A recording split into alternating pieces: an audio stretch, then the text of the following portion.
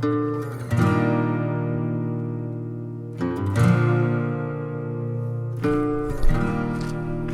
morning, Jess. Good morning, Dad. Want to go for a walk? Let's go for a walk. Yeah. We're here at Buntzen Lake. What are your impressions so far? I mean, well, it's a glass lake, and we've walked here many times. We have, yeah. And it's nice to be in the trees. Yeah. Yeah, I love this place. Even though you picked it, we kind of bent the rules of your walk. I was thinking about it this morning, where when I go visit you guys, it's like the learned helplessness of being a kid, where it's like, I don't know what's for dinner. Like, I don't know where we're going. You pick. So Yeah. it feels fitting. Yeah, if we were in Toronto, where do you think we would go? Ooh, well, I lived in the East End during COVID, so my daily mental health walks were along the Don Valley River, which is also along the freeway. But there's trees and water and stuff. But we would, maybe go there or go to the island. Yeah. Toronto Island has trails and beachfront. Yeah. I've got places. You say your daily mental health walk, so you do find getting outside helps your mental health, like it's something you intentionally do or think about? Yeah, I feel like, the irony recently, life has felt, I think it's really easy to tell ourselves like, oh, there's so much going on, there's too much going on, why would I? Right. I don't have time to go for a walk. And I feel like those are the times where it's even more important.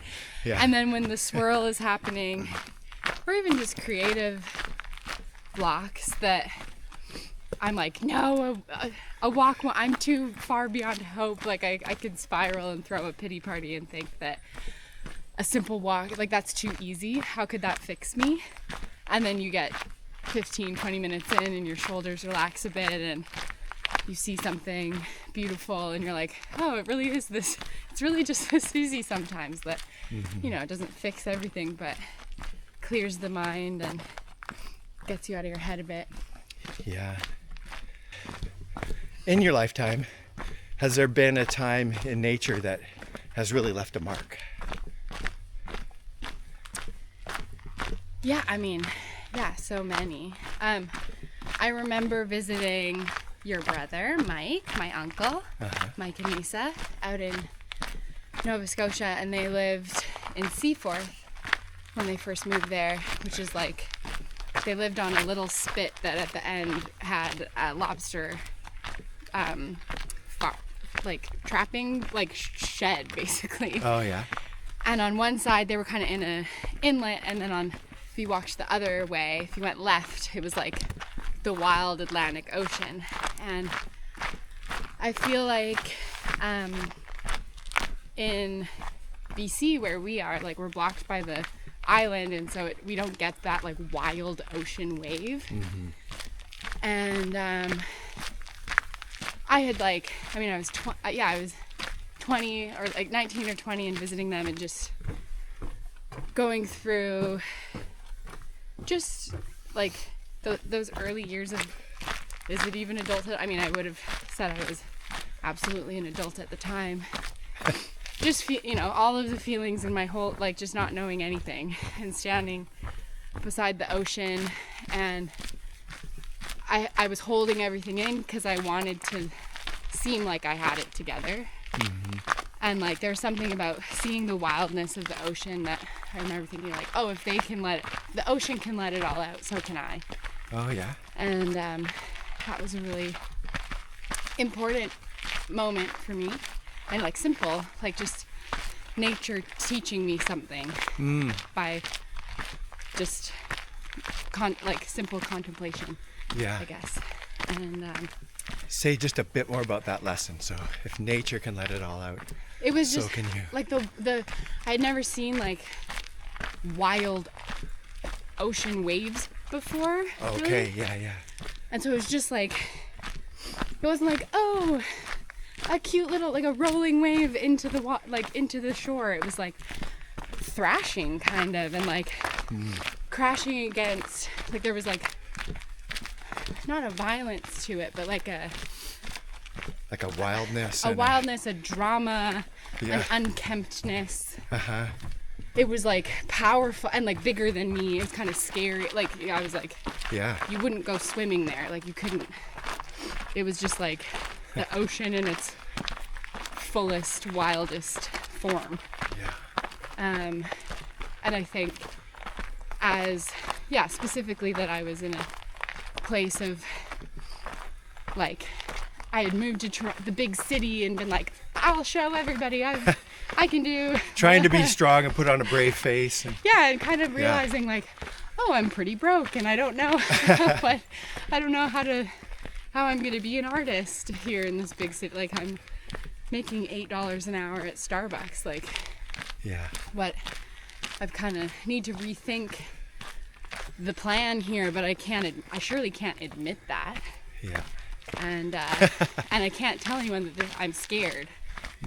And the messiness of it, the wildness of it was like gave me permission, I think. It gave you permission to admit those things. Yeah. Yeah. And a place, I think that's the thing in nature too, is like that I immediately feel is our placement and like our smallness and like simultaneously our smallness, but our belonging too. Like we're not separate from nature. We are nature. And but like I'm no match for the ocean is older than me and bigger than me. These trees are bigger than me. Like it reminds you like our problems are small in the timeline of life, kind of thing. Yeah. Okay, I'm gonna try out some new questions on you. Okay. As we go down the craziest. A little bit treacherous here. What's something ordinary in your life that seems sacred? Well, I think it's kind of the role of the poet is to that. I think we get sold this faulty bill of goods that we're supposed to have these impressive, flashy, mountaintop lives that look really shiny, and like a lot of life is like food prepping and like making a smoothie and like forgetting to do your laundry and like remembering to call a friend. And I noticed that in my creative practice, if I'm trying to be not ordinary but extraordinary, that I get tongue-tied because I think I'm supposed to say something helpful or profound or meaningful, and all I need to do is say one thing that's true. And that's how I get out of writer's block often. It's like, okay, well, what's one true thing that I can say today? That's so interesting. I had another poet say that to me recently. She said the exact same thing. Yeah. That if she finds herself trying to be too flowery, that she stops. Like she's searching for that. It has to be true. Right. Yeah. Well, and like even in writing, like a love poem, like they can get ridiculous. You know, you're like, if you're trying to encapsulate an entire relationship into one poem, it becomes kind of gaudy. Mm-hmm. And then versus just talking about how you start your mornings to get, like if you just concentrate and zoom in on mornings, mm-hmm. then you say, by saying something much more simple, you say something profound. Mm. But I think, I mean, I realized that in the last 2 years, because I'm trying to make stuff happen. Yeah. I'm trying to get some stability and success or something, that I've been stuck in this space of like, what's going to happen next, what's going to happen to me, what's happening with this project, where's it going, right? And really kind of worrying about the future. Yeah, and wondering like, and stability and security. Yeah, which it's fair to be like, I'm ready for that phase of my life to be over. I think it's okay to want that, but it's also going, well, one, am I missing the gift of what is to come by hoping for something grander than it will be? And two is we're stopping to take a picture. I'm listening, sorry. But I'm also like, I want to look at I don't want to listen to myself. I want to look at the view. Hold on, hold that thought. Sorry, I got distracted by nature. The view, yes. Which is fine. It is. Yeah, I was like I was consumed with what's going to happen to me and not able to place myself in like, oh, my life is happening right now though. Like, this is my life. I have to constantly remind myself, like, this is my life. This is my life today, and you are in it. This is a day, this is your day, and like, this is where I am. And in August, I wrote a poem a month. And anytime I've done like a 30-day practice, the thing that amazes me is that art arrives. Like, when you orient yourself to like look for, when I orient myself to look for the poem, it comes, and they're not always great. And there's a detachment of outcome in that practice too. But I think that's the most important thing that I've done in the last 2 years, was to return to that and remind, like, to partake in that practice. And yeah, to look for the poem in things. And sometimes it was about, like, I wrote like a stream of consciousness poem about like being at a hot Pilates class, because you're like, well, that's the first idea that came to me today, and that's what we're writing about. And you just don't think too much of it. You just roll with what shows up. So yeah, finding the sacred even in your hot Pilates class is the work. That is the work. So I started this series on Instagram where I share, it's called Tell Me Something Good, where I share a few things that are simple and like hopeful things that I've witnessed, or good things that have happened in my week, and then people share below in the comments, like things that are going well in their life, where they're like, oh, my daughter graduated high school this week, or someone said that they have a plum tree, and they had more plums than they knew what to do with, so they brought them to their neighbor who doesn't speak English, and the next day they knocked on Colleen's door and they made a pie or a tart with they like offered dessert back with the plums that they gave them. So people are sharing amazing tidbits from their world. And then I realized that a lot of the things I was sharing were things that I'm like witnessing but not engaging in, including my neighbor, who is this, now I know, 92-year-old woman, who I was like, oh, she sits on her porch every morning. And I was like writing a whole about it. narrative in my head about like what she's up to. But didn't know her. And didn't introduce myself. I was like, why am I not introducing myself to my elderly neighbor? And I would see her every day, just like on my route to work, or on my route to the gym. And so the next morning I was like, okay, Jess, put your money where your mouth is. Like, it's time to say hello. And I was nervous. Like, it felt vulnerable to me, and I was like, why does this feel like such a big deal? And so one day I just said, how's your morning going? And it's like, we started off, of course, talking about the weather.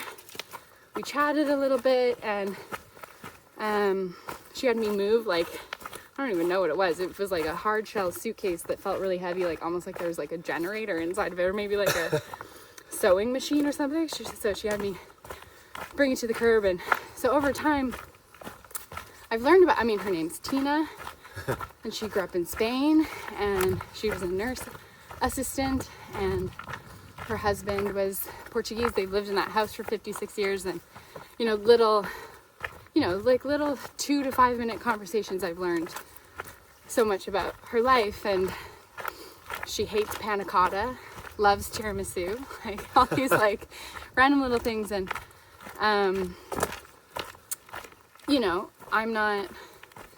I don't think I'm changing the world. Like, I'm not looking for a gold star for saying hi to my neighbor. Like, that should just be what it is. But it's had an impact on me too, to learn about her and watch her. I mean, I told you, I passed recently, and she was sitting on her porch bawling her eyes out, and she's like, I'm so lonely. And like, it's like, wow, someone at the end of their life, or near the end of their life,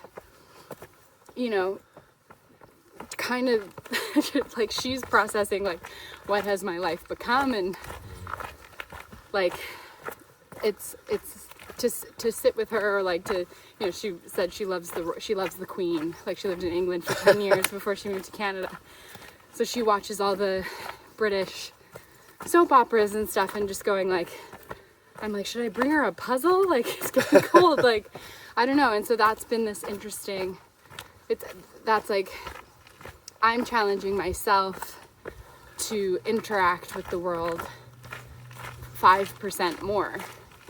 And as an introvert, it's like, people are surprised to learn that about me, but it's like, yeah, when I'm happy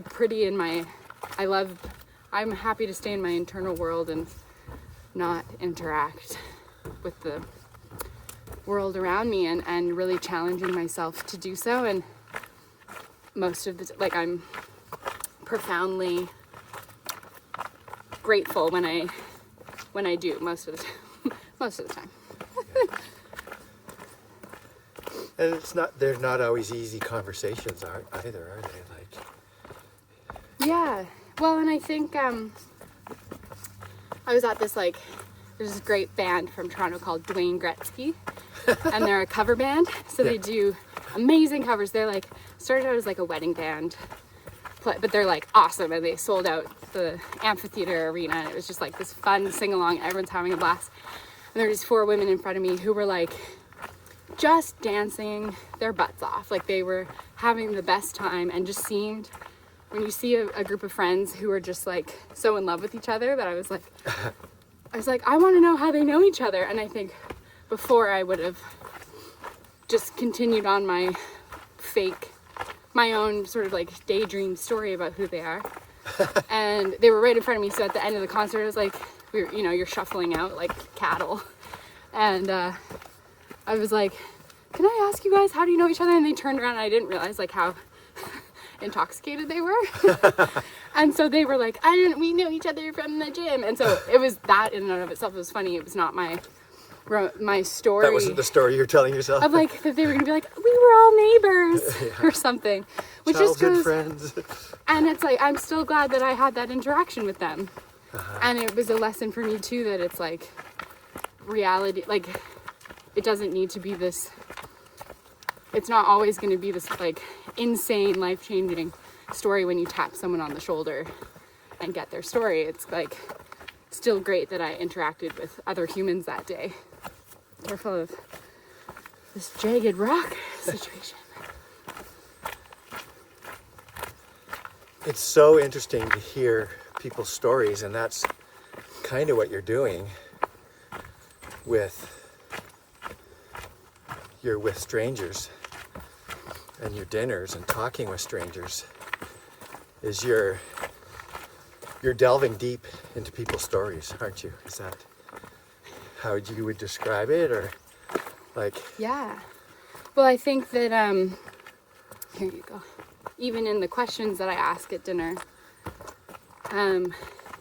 if I don't ask a clear enough question, and I don't ask a question that is really singular and specific, of like a good question is, tell me about a time that you changed your mind, versus are you the type of person who changes your mind often? Especially when you're asking 10 people in a row. It's like people philosophize. Yeah. And that's actually not very interesting to listen to. Philosophy, yeah. Which, it is interesting. Yeah. One-on-one or like in an interview maybe, but like really learning with dinner with strangers that it's like, oh, how do I ask questions that give us insight into who people are, and also realizing that you learn so much from a story. Like when you ask, tell us about a time you've changed your mind, some people are really going to struggle with even coming up with an example of that in their life, which tells you that they have like stuck to their guns a lot in their life. And then someone's going to be like, oh my goodness, I have so many, which one do I start with? You know, like you learn so much through the way that people answer telling a story about their life. And and really seeing that with like ordinary, normal people, and like have been deeply moved and deeply